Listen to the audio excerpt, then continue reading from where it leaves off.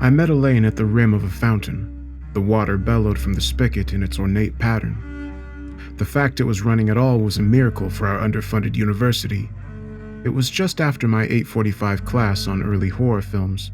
No better way to start your morning than with a dissection of the infernal cauldron, I suppose. She sat on the edge of the courtyard fountain with her head buried in a textbook, a fresh brewed coffee from the commissary by her hip. Her hair draped to her collarbone and swayed in the passing breeze. I assumed she was a nursing major by the art on the front of her textbooks, and the fact that she was always trapped in their pages. I assumed she had a keen mind, top of her class, even by the way she was constantly scribbling on her notepaper.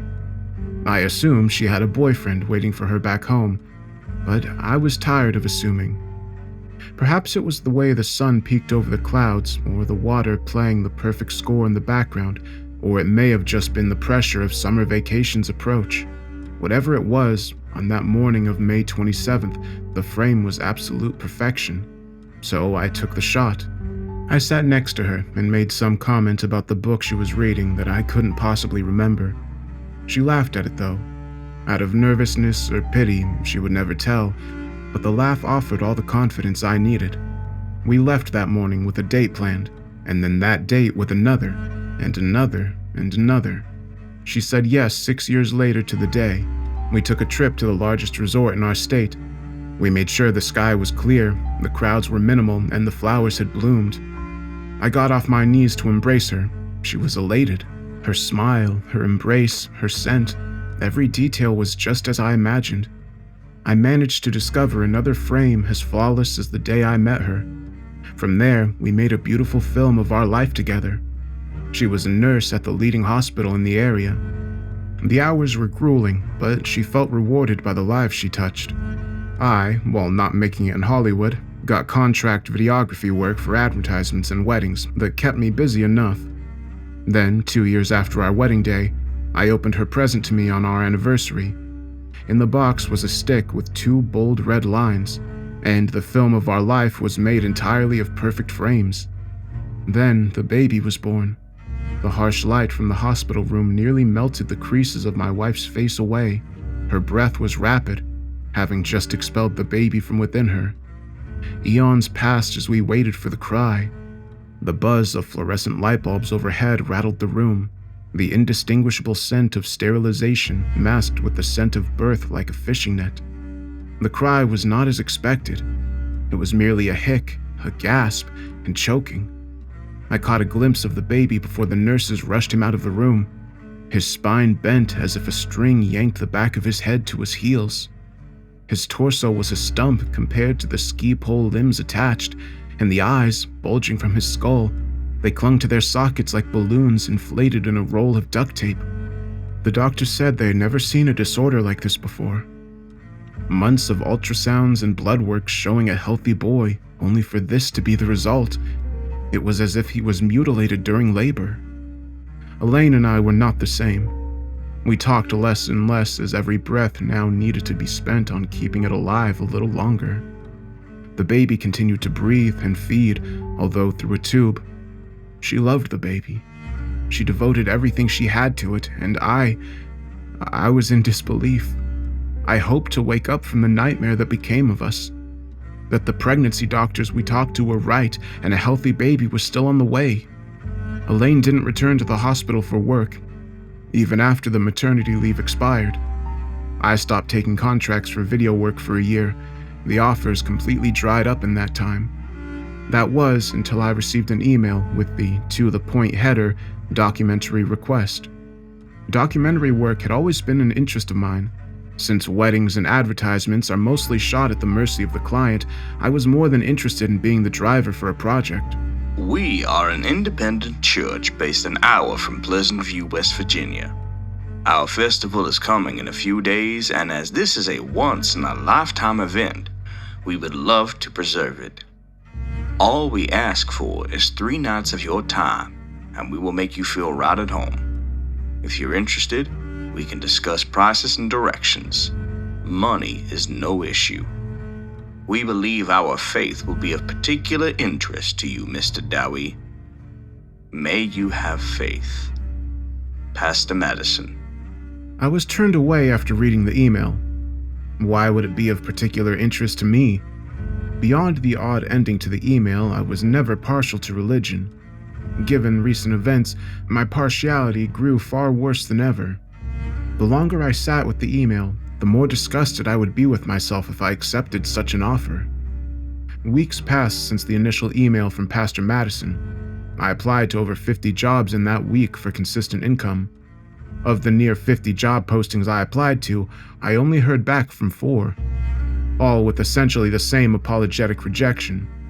Elaine's time was wholly dedicated to the baby. She was at its beck and whim. With each gasp or choke, she was there to refill the baby's feeding tube or change the diaper. She was monopolized while I could hardly look at it. I was disgusted with myself for feeling this way.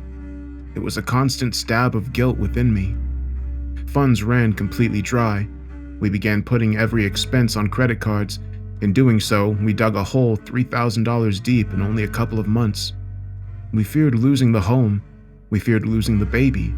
We feared everything, and still rejection after rejection came from job listings with my name in the letterhead. I delivered food after a period of time, but every check was like filling a canyon with a bucket of sand. Then another email came. Not to me this time, but to Elaine. She showed me the message that read as follows. I hope I find you well. I wanted to follow up regarding a previous email. We are willing to pay you $8,000 for your services. We are very intrigued by your previous work and hope you will consider working with us for a few days. Our offer is negotiable. If you are interested, I can send you the directions to our church. The festival is quickly approaching. We would love to hear from you soon. May you have faith. Pastor Madison. I felt my integrity deteriorate as I read through the email. $8,000 for 3 days sounded too good to be an actual offer.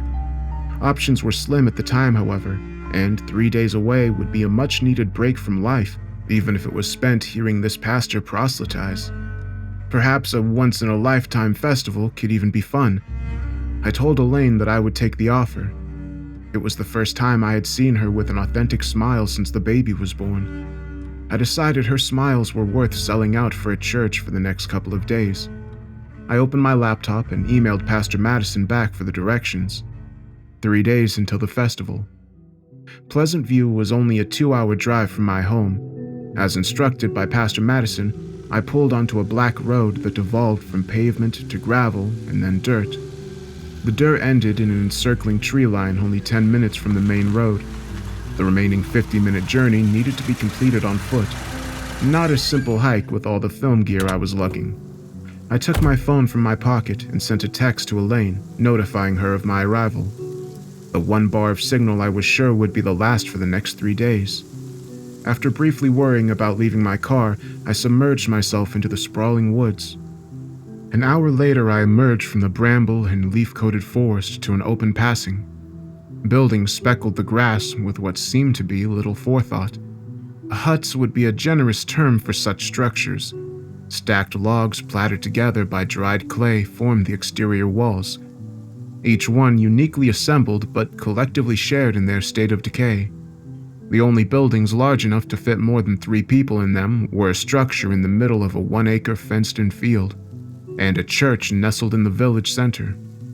The top of the spire was a vacant seat for a cross. I considered getting a shot of the village to prove this wasn't just a film set I stumbled onto when a figure approached. The man wore a crisp white alb ordained with a Jerusalem cross stitched with golden fabric.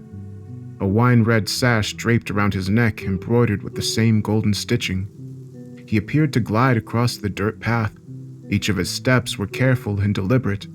The man kept pure black hair tight to his scalp. No evidence of hair remained below his eyebrows. Gray didn't dare show regardless of the wrinkles appearing at the corners of his eyes. His irises cloaked his pupils perfectly. Pastor Madison, I assume, I said, extending my hand. We appreciate your time, Mr. Dowie. His voice was smooth, as if the world's troubles were just set at ease. His hand was soft and light as it shook mine. His presence was strangely inoffensive, like it was constructed to never be disliked by any stranger. Please take this. He extended an envelope. Upon opening it, I found a check for $4,000. The other half I was sure would come after the festival. It seemed rude in that moment to confirm. He had a nature that was difficult to question, so I thanked him for the early payment and put it into my wallet. The picture of me and my wife met my eyes from the billfold. Our smiles are carved onto our faces. I remember the intense labor it took to wear a smile that day. We peeked over the vast white nothing, introduced to the image by a crease of my own making nearly a year prior. I felt a stab in my gut each time I saw the image. The crease did not prevent the stab, but the crease remained. Allow me to show you around our town before your first service. I felt as though there wasn't much I couldn't see from our current position, but I obliged. As we walked toward the heart of the village, he directed my attention to each of the structures, giving a story of each of the families who lived there. He spoke glowingly of each family and named each member. He pointed my attention to the creek where they washed their garments, the open field where the children all played, and the rickety well that dried into nothing more than a safety hazard, to be avoided at all times. But I could barely hear his hypnotically mundane voice as my attention was drawn to the fenced-in field. A group of women knelt by one of the standing cattle. They rubbed and kissed the animal's belly as they sang. I thought to ask the pastor about the strange display, but decided it would be best to hold my tongue.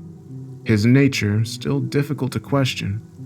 He spoke instead. The sun is almost down. It is time for our service. A smorgasbord of color, fueled by the full moon painted window frame shapes around the room. Candles shifted the shadows in a mesmerizing sway. Pastor Madison prepared to deliver his sermon to the village residents, filling the 30 pew seats. Audio levels were as perfect as could be hoped in the open nave. The rustles and mumbles of the congregation ceased when Pastor Madison stepped forward to begin.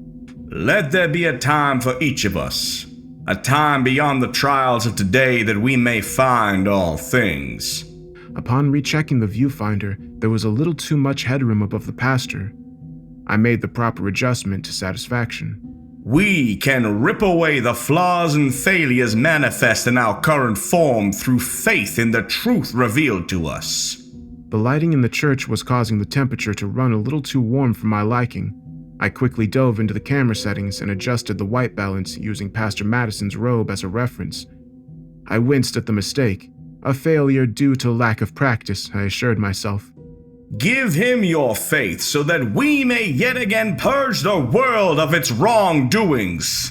A door behind the pastor creaks open and the congregation stands in a roaring applause, blocking both the camera and my own view of the pulpit. I could only find slim sightlines between the shoulders of the congregation and their flurry of clapping hands. I slammed the tripod together and moved to the aisle for a clear view of the pulpit once more. What stood there was incomprehensible. It appeared to be the shape of a human. I could only see the outline of arms, legs, and a head, but it shifted.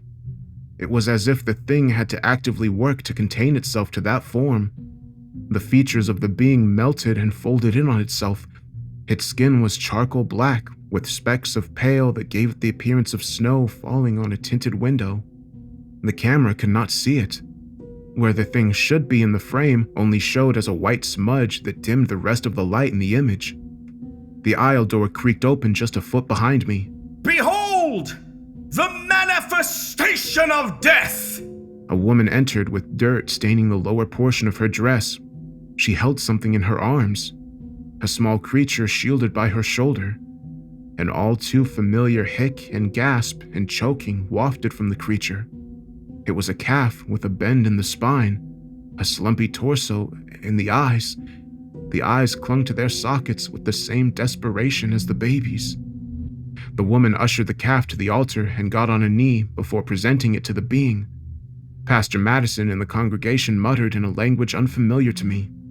Their words were rapid and grew louder as the being took the calf in what could only be perceived as its hands. A woman started to howl and convulse where she stood, and the chants overwhelmed her. The being raised the calf into the air, unhinged what could only be interpreted as its jaw, and consumed the deformed calf. The chanting ended in a breath. Silent anticipation washed over every person in the room. My ribs could hardly contain my heart. After months of researching and doctor visits, I finally found another creature with the same affliction as my son, and it's gone. I wanted to scream, wanted to attack the thing that just ate my only chance at understanding what my baby has. I withheld this instinct. Pastor Madison bent behind the being and shouted, "It is born anew by pure faith!" The crowd erupted into cheers and prayers in the unknown language.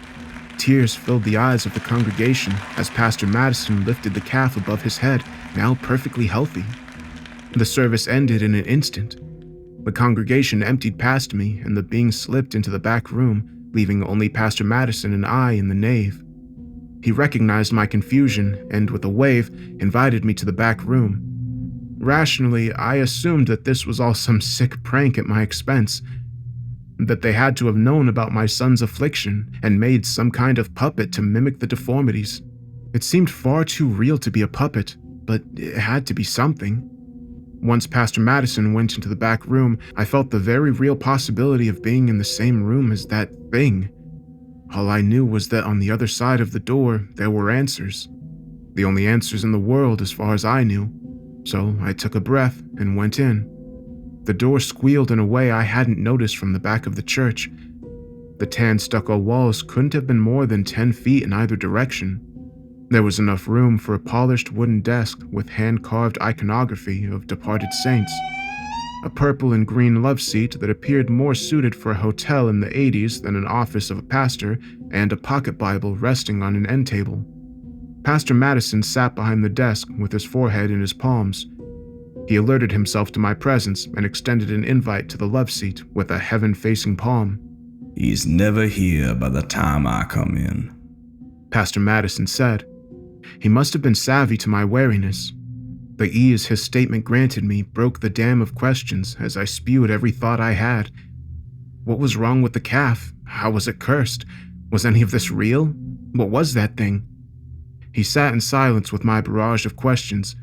His inoffensive face remained stoic as they bounced around his head, until he spoke. "That was my son's Bible before he passed. I used to have 3 others like it filled with notes, cover to cover." I found this an odd statement, given the myriad of questions I gave him. I took the pocket Bible in my hand without turning the cover. "You're holding the last Bible in this village. Open it."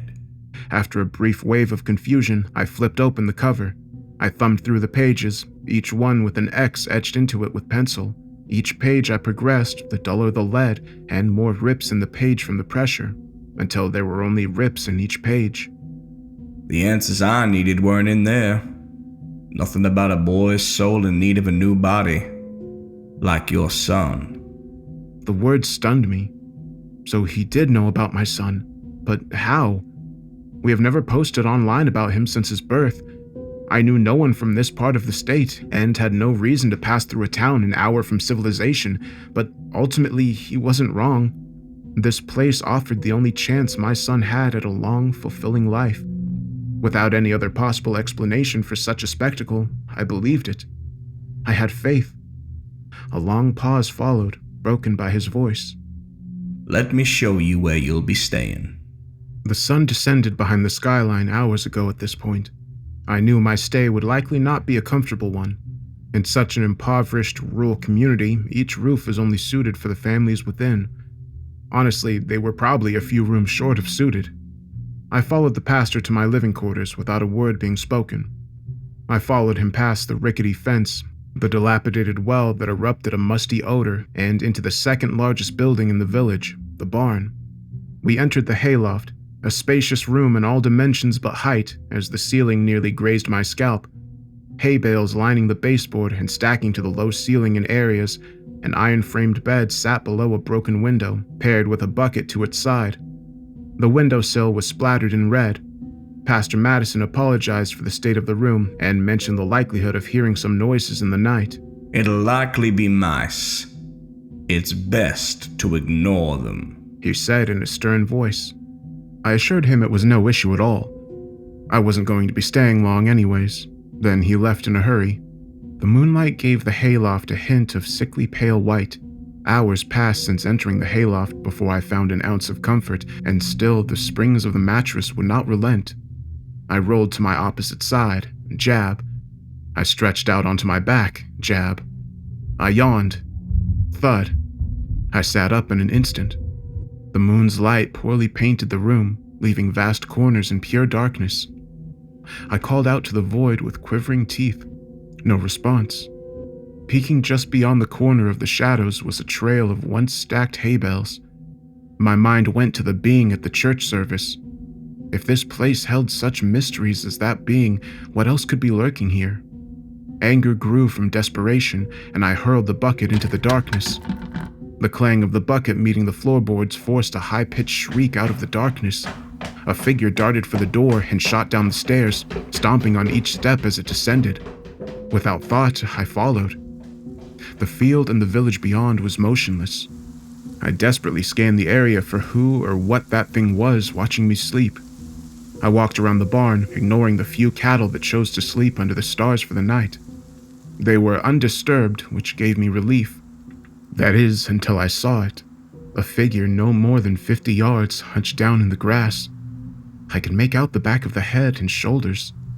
Even at its imagined full height, it seemed small. I approached it cautiously. Each step I took was mindful of my feet, careful not to catch a twig or dry leaf under my weight. I still was not quiet enough. It jolted up and turned to face me. It was a girl, no older than 10. Her body was frail and her brown hair matted to her head. Her eyes swelled with panic at the sight of me. She was unusual, even beyond her objective neglect. Her upper lip weaved into an M shape up to the outer corner of each of her nostrils. Her hand slapped over her mouth, covering the blemish in embarrassment. She drops the basket woven of hay into the grass. I could hear her breath through her chest as I stepped closer. She retreated, keeping a constant distance between us. Tears formed in her eye and reflected in the moonlight. Not knowing sign language, I crossed my arms over my heart as I asked her to trust me. I approached her slowly, her breath faster with each step. I bent over to her hay basket. 3 wineberries scattered from within it. I gathered them back in and handed it to her. She uncovered her grin and recovered slightly with a sniff and a wipe of her eyes. She looked at me and smiled when I asked if she wanted help picking her berries. I smiled when she nodded yes. We spent the next few hours gathering berries into her basket. When we split up, I would gather a palmful, go to her, and dump them into her basket. She came alive a little more with each berry we collected. When the light of the sun became noticeable on the face of the hills, fear hit her once again. I thought of my son. Should he live long enough to be aware of himself, would he fear the sun too? I paused at her side after dumping a palm of berries. After a moment of thought, I looked into her eyes and told her what I saw the night before, about the sick calf who was cured in the church, about the being that cured it, and that she could have a body that matched the beauty of her soul. I hoped she would be elated to hear the news, that she would be excited to go to the church with me that evening and be cured, but she concealed her mouth with her palm once again and ran for the barn, her eyes once more filled with tears. 2 days until the festival. The sun filled the hayloft with fury.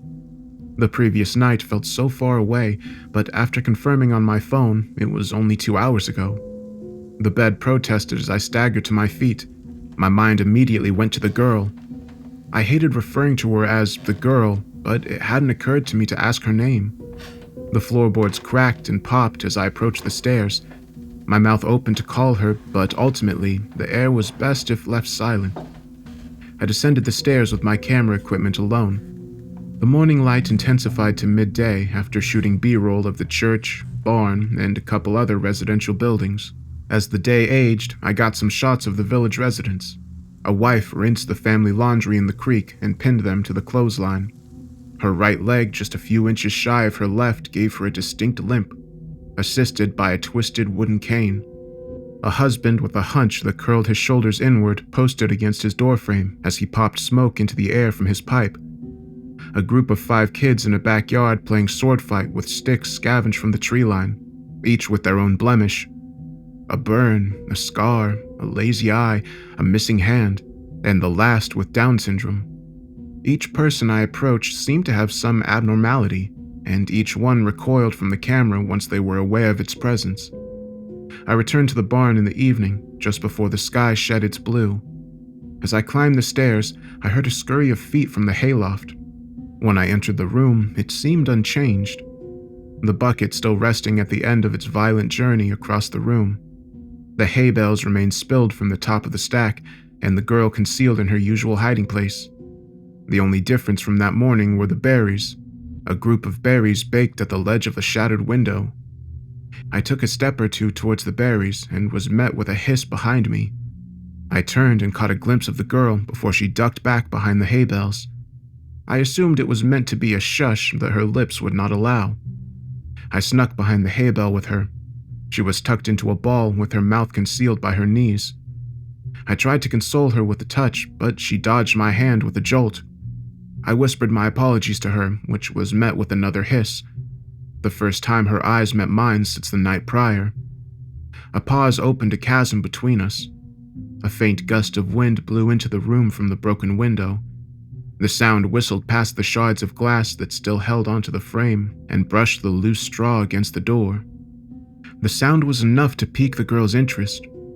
She darted her head around the bales of hay for a glance at her berries. She remained unchanged. She paused at this realization before retreating behind her knees once more. I offered an apology for offending her and that my intention was not to hurt her feelings at all. She offered nothing in response.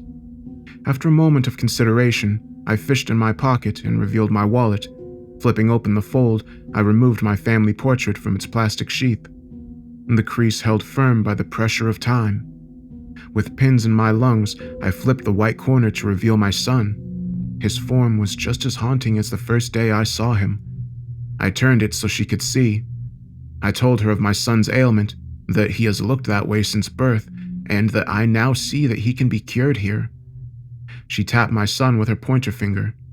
I couldn't gather the meaning by the look in her eyes, but I assured her she wasn't wrong to see that he looked like the calf born here on the first day. She didn't care for that interpretation of her pointing. This time she circled him and gently placed her fingertip on his chest. His name? His name is Alan. The word entered my ear like a love lost to time. A flame kindled inside of me.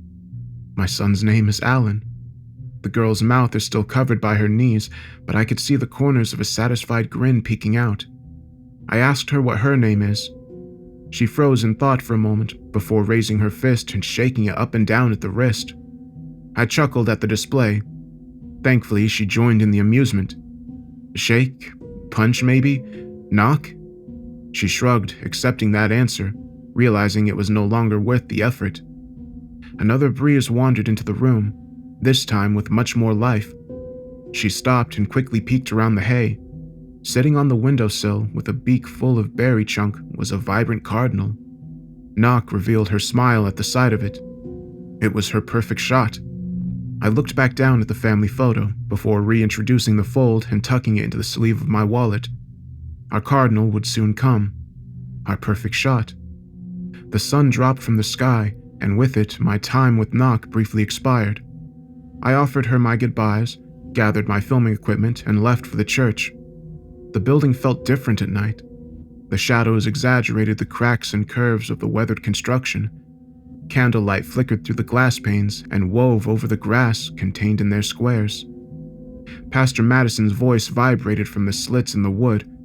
This building offered me a taste of hope for the first time in over a year, but now a bitter note has seeped into my palate. I couldn't place the reason. Just before entering, I felt a tug at my sleeve. I turned, a bit more startled than I cared to admit, to see Knock, her cleft lip unapologetically visible. A pleasant sight. I asked her what she was doing outside of the church.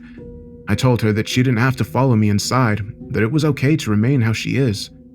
Inside, the roar of the congregation extinguished the insects playing their song for the moon. Knock raised her forearms and crossed them over her chest, then pointed to me. I trust you, she said through a soft but rusty voice. Together, we crack open the door of the church. The bitter flavor was all the more present. It stood at the altar, its features shift in the midnight snow of its skin. Knock wrapped her fingers around my forearm at the sight of it. The congregation was brought to silence at our step. What is this? Pastor Madison called out beyond the walls of the church. Each step we took down the aisle brought more detail to the pastor's expression. Concern, fear, then panic were plastered in his eyes. Doubt crept into me. I considered grabbing Knock by the wrist and pulling her from this place, but she was already out of my reach. Her neck craned to look up at the face of the being now directly above her. It was noticeably taller than the night before. The being extended an arm that unnaturally and methodically stretched across the altar to the chalice. Where is the calf? Pastor Madison screamed through a trembling throat. The being extended the chalice to Knock. One of its fingers dipped inside. Pastor Madison peered at her. His face pleaded with her to catch his eye, but she didn't. She caught mine. The bitter taste coated my mouth. The sweet hope was lost. Tears formed in my eyes, and still, with her eyes locked on mine, her forearms crossed over her heart and her head turned to the deity. Her eyes were overcome by a milky white haze, and a smile grew on her face. I shall. She answered a question that had never been spoken. Pastor Madison rushed out of the church, colliding shoulders with me on his way. I was choked on the Pleiads that all wanted to escape my mouth at once. She took a sip, and the crowd cheered. I could see in her smile that her bliss intensified. She hummed a melody that I was sure came to her in that moment. A melody just the same as the woman singing to the cow. Then the bones snapped. The spine compressed, and the eyes bulged from their sockets. All while her hum continued, the congregation began their alien chant. Alan, the calf, and now Knock shared in living death. The being grabbed her new form. Its fingers became spears of speckled shadow, piercing her abdomen and lifting her into the air effortlessly. The chanting now more rabid and ear-splitting. I couldn't move. I couldn't think. I couldn't even breathe as the being's jaws unhinged with the cracking of falling trees. Knock's unrecognizable form slid into the being until the hum was no more. The crowd's chant again turned silent as they waited for the rebirth. A girl with two perfectly normal eyes and lips standing upon the altar. A girl born anew by pure faith. A girl that never came. The being glided off the altar and into the back room. The nave was void of sound, broken in a moment by the faint cry of a little girl. Candle flames chewed at the remainder of their wicks, leaving the wax in a puddle at their feet. The floorboards rested after their deafening squeals under the weight of the congregation. The altar left vacant. Hours passed since I last saw Knock before I found the strength to leave the church building. Clouds suffocated the moon of its light. Only lanterns dangling from the porches of family homes lit the way back to the hayloft.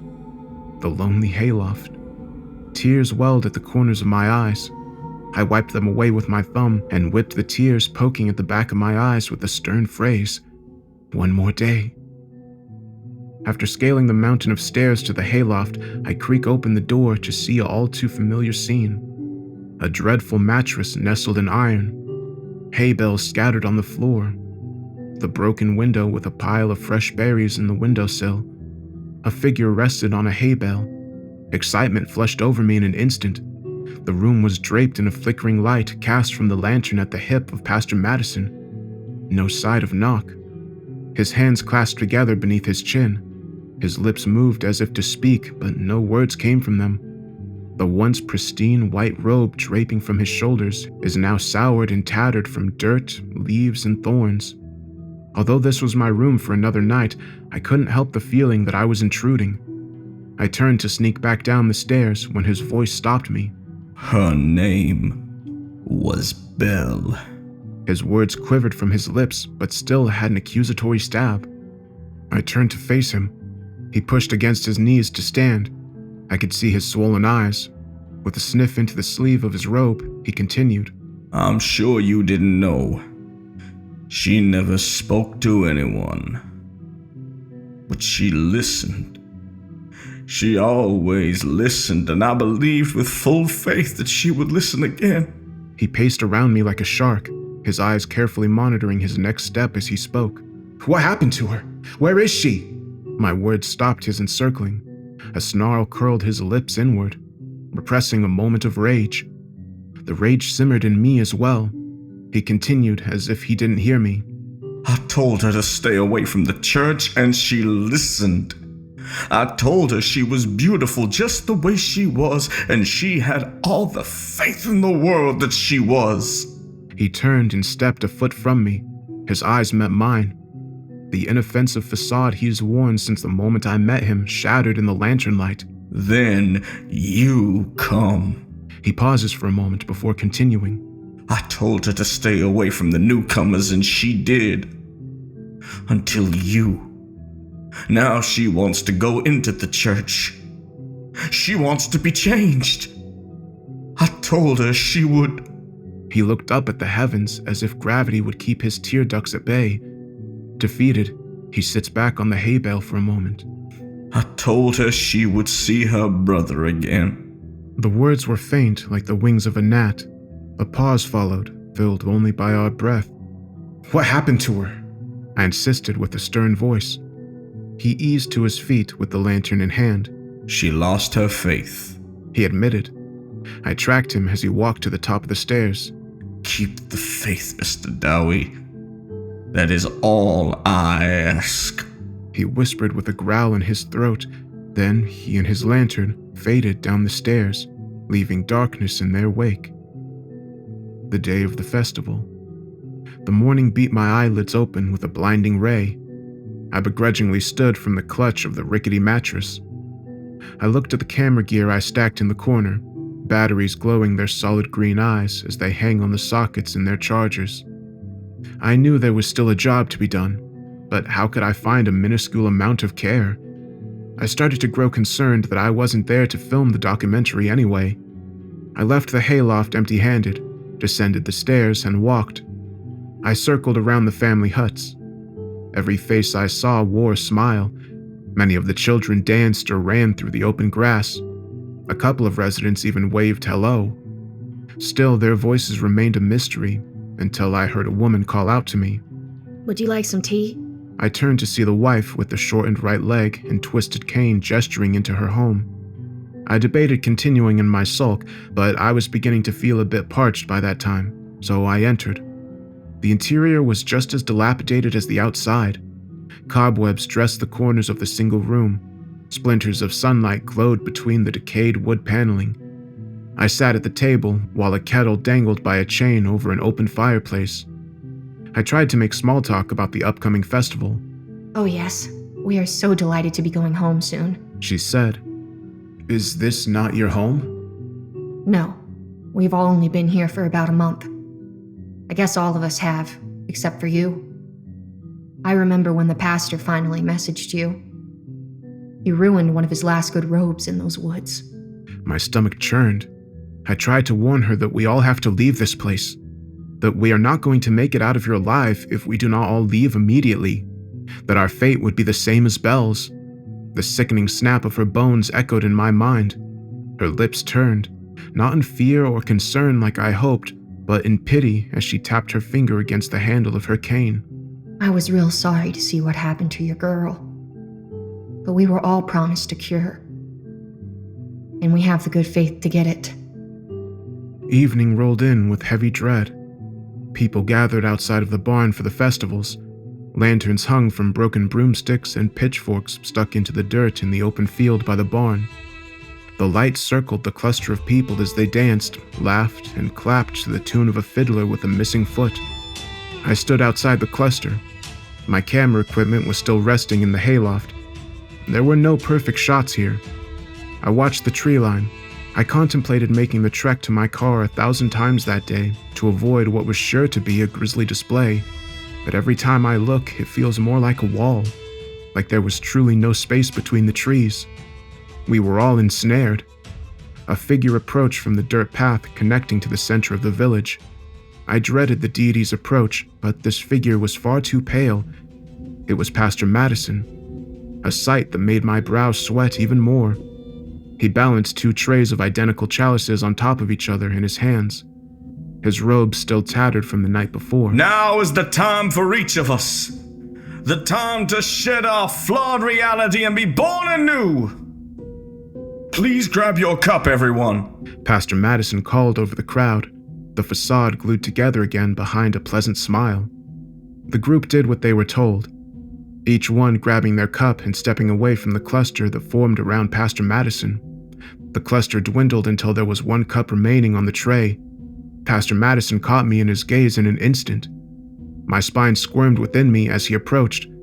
The last cup extended. "Be of good faith for your son," he whispers through his teeth with the cup extended to my chest. I take it and consider his words for a moment. Despite what happened to Belle, could this still be the only chance my boy has? I looked down into the cup. Black liquid reflected my image back at me. I watched as my face distorted to the ripples. "Drink, and you shall be made in the true image," Pastor Madison called over his followers. One by one, each of them sucked down the black ichor with hearts full of faith. A portrait of myself on a dust canvas stared back at me again from within the chalice. I turned and walked to the well, dumping the cup into the chasm.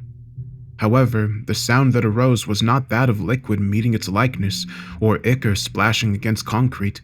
It was a peculiar sound. I peeked over the cobble wall to investigate. A pit of despair awaited me. At the bottom of the pile was the faithless and faithful alike, a mantle of distorted hooves and fur amassing dozens of corpses. At the peak of the atrocious pile lay a body of contorted spine, bulging eyes, and cleft lip. Skin sucked to bone, leaving only the shell. I ran for the tree line, rushing past the collection of doomed followers sucking the last of their poison. A warm melody trickled from the lips of the most eager, an opener for the thunder of crushing bone. I gave myself no time to pity them. The tree line was just meters away and coming fast. I suppressed the sinking feeling of being trapped in there. Escape was my sole thought, even if I had to smash through an invisible wall. The space between the trees caved as easily as the rest of the evening breeze I sprinted through. Realizing that the wall was not constructed by the deity, but by my own fear, gave me a slight ease. But true peace was much farther from this place. I refused to break stride. The bramble and thorns tore crimson twine into my flesh. Their sting went unrecognized as I fixated on the distance. My lungs burned as they filled with gulps of air. My legs ached as they shoved the earth behind me. After what felt like miles, my skin decided to alert me to the damage of what a thorn bush can do. I collapsed. It had to have been 15 minutes. There had to be a break in the trees just a few more steps away. My car, and therefore safety, had to be just ahead. I checked over my shoulder, half expecting the staticky, amorphous apparition to step out from behind a tree and devour me whole. Instead, it was empty between the trees. Only lullabies from the legs of crickets filled the forest. Resting in front of me was a puddle left undisturbed by my frantic presence. In my exhausted state, the sight of water was a blessing. I take handfuls of water and splash it into my face. A reinvigorating coolness eased my body and steadied my mind. A drink was tempting, but the murky dirt swaying in the current of my creation muted this temptation. When the dirt settled and the water stilled, the remaining light of a gruesome day sculpted my reflection. The reflection I had seen all my life seemed special on that day. I fished in my pocket and pulled out my wallet. I pulled our family portrait from its plastic sheath, my wife and I, feigning joy over a pale white void. Carefully, I unfolded the picture, banishing the void to the unseen and introducing Alan to the picture. The one of the few times he could be seen in the photo since it had been taken. I could see his ears slightly spread from the sides of my head in the puddle. His nose thin and pointed, just like the one looking back at me from the water. His bottom lip full and plump, just like that of my wife. I could feel the army of guilt charging, piercing their swords into the back of my eyes. My sorrow leapt from them and into the puddle one by one. My lip trembled under the weight of my shame. I took the wallet back out and holstered the photo, leaving our family intact. The scar on the crease remained, but the sight of all three of us cooled the burning in my lungs, eased the ache from my legs, silenced the alarms from my skin, and for the first time since Alan's birth, prevented the stab in my gut. My journey home continued with a rejuvenated vigor. No longer was I just running away from the horrors of the village, but to my family. The thought of returning to them brought me a joy I hadn't felt in some time. The air felt lighter, the insects more pleasant, the trees more beautiful. After only a few minutes of walking, the forest released me. My car remained unchanged from the moment I left it. Home felt like a short drive away. I fished for the keys in my pocket when I noticed something on the other side of my car. I crept around my vehicle and was left appalled by what lay before me. Eleanor's car, fully equipped with Alan's car seat. The wall I thought was only in my mind was finally in front of me, and I had to turn back. The limbs of the forest tried to ensnare me. Their claws and spears tore crimson threads in my skin, leaking into ropes. The puddles captured a shoe from my foot, causing me to stumble but not fall. I pushed forward with no thought of retrieving it. The twigs and pebbles that made the forest carpet prodded at my bare soul with each stride. Night blanketed the woods, making avoiding their painful afflictions futile. The burn in my legs returned. Sweat arose on my brow. I had to be almost there. What if in my haste I got turned around? What if that thing is keeping me in these woods? Just as quickly as the doubts arose, they were silenced. An eye appeared in the woods, speckled with age-worn structures, the occupants of which were nowhere to be seen. Evidence of their festival was scattered in the field by the well. An eyeful of cups laid forgotten in the moonlight grass, their contents sipped dry. A pair of pants no longer suited for the contorted figure that came to inhabit them. A twisted wooden cane from the woman whose ailment now surpassed its use. The church emitted the flicker of candlelight. That had to be where everyone was. I rushed to it as quickly as my exhausted muscles could take me. The candle flames clung to the last flicker of life as they gnawed at the remaining nub of wick. The puddle of wax escaped the clutches of the candelabras ordaining the windows. The moon hid from this night, leaving the stained glass windows dull and lifeless. Pastor Madison stood at the podium, silent, his eyes not leaving the vacant wood canvas between his clenched hands. Before him was a line of followers filled with the hopes of his teachings. Their bones shifted and snapped out of their sockets. Their spines craned out of alignment. Their eyes were so filled with promise that they now bulged from their skulls. Their legs were twigs, barely reaching the threshold of strength needed to stand. Their protruding knees wobbled under their weight.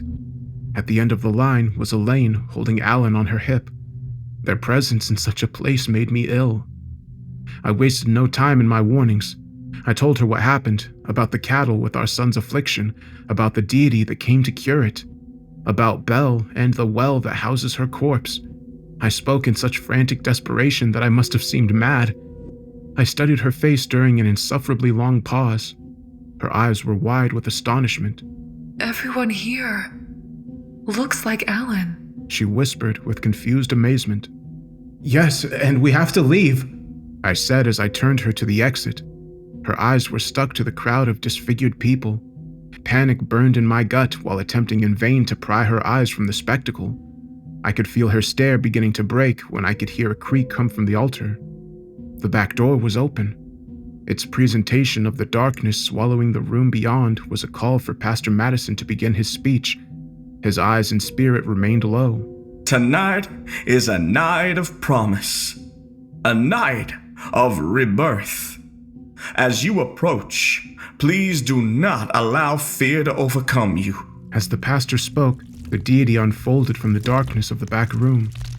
Its impersonation of the human form twisted its arms into their sockets, shoulders rolled into their presentable positions, spines stiffening into posture with care for each joint, sending its head to the ceiling.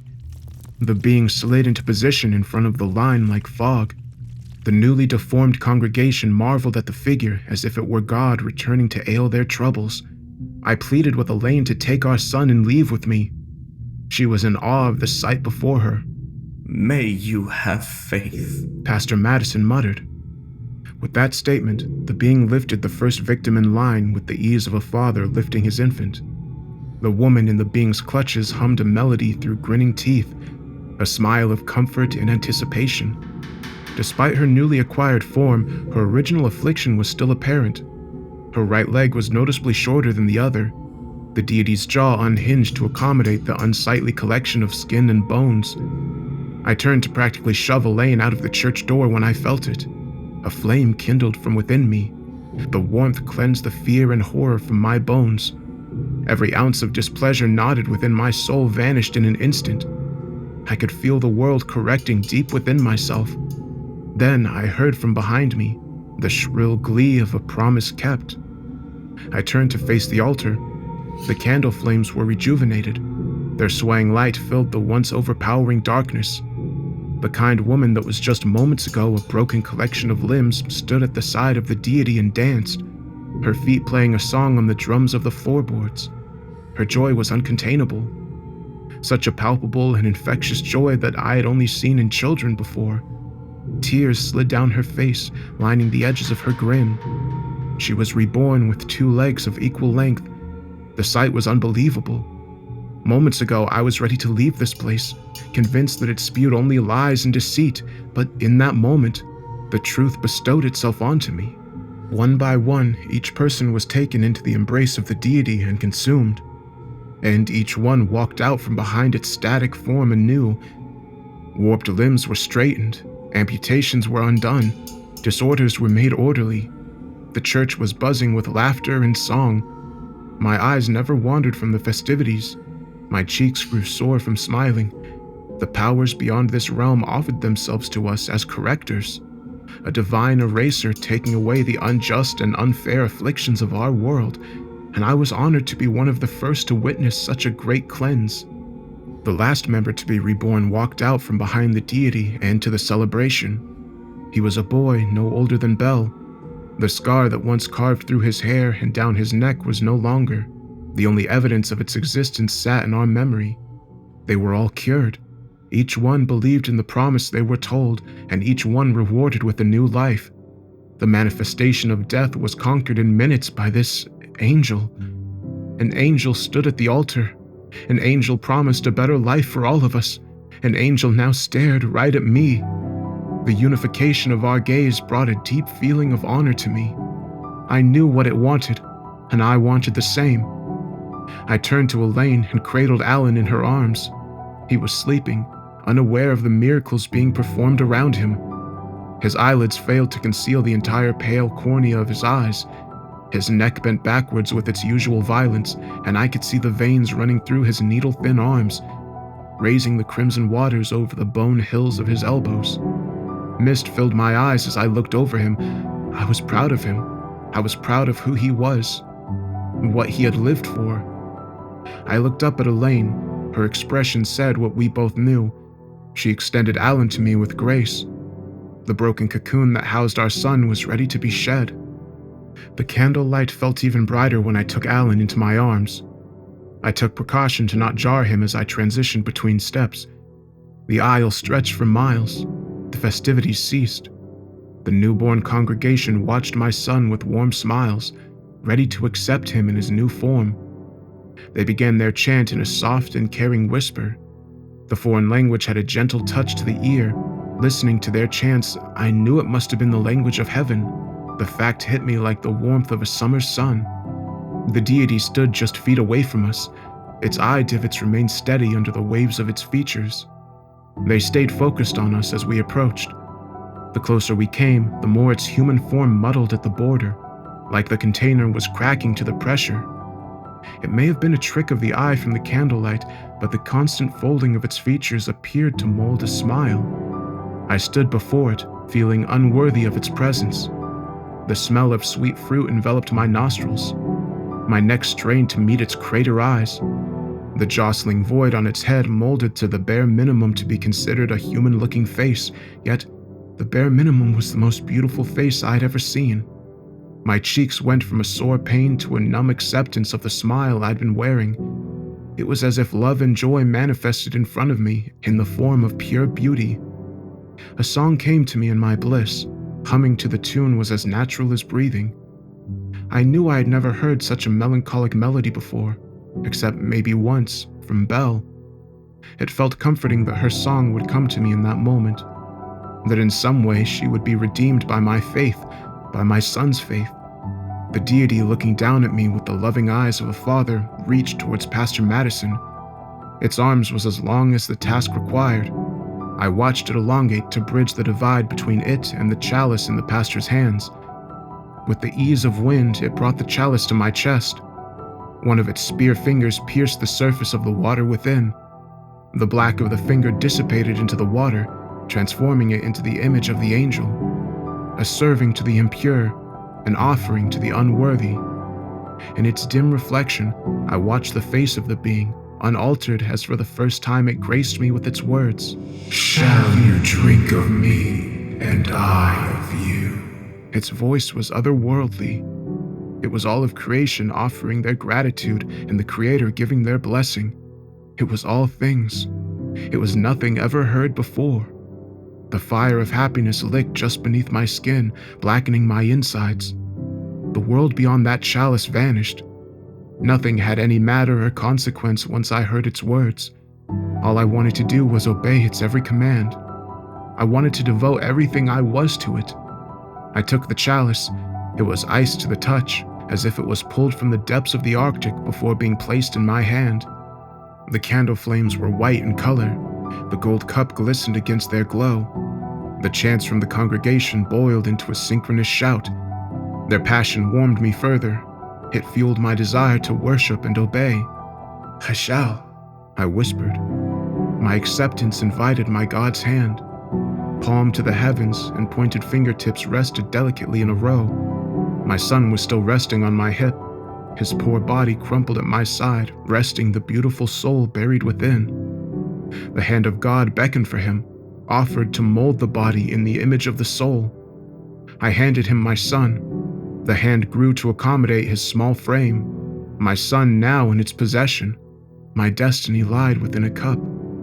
God's fingers wrapped around Alan. A cup filled with ichor of his blessing, filled with a life void of imperfections. My hand raised my son to the ceiling, my lips pursed around the rim of the cup, warming the frozen rim. I opened my eyes to watch the ichor roll to my lips. The divine chants boomed from the crowd. God's jaws opened to the size of my son. I met myself at the rim of the chalice. The ichor was still in that moment. Plastered on its surface was a shot as imperfect as a shot could be.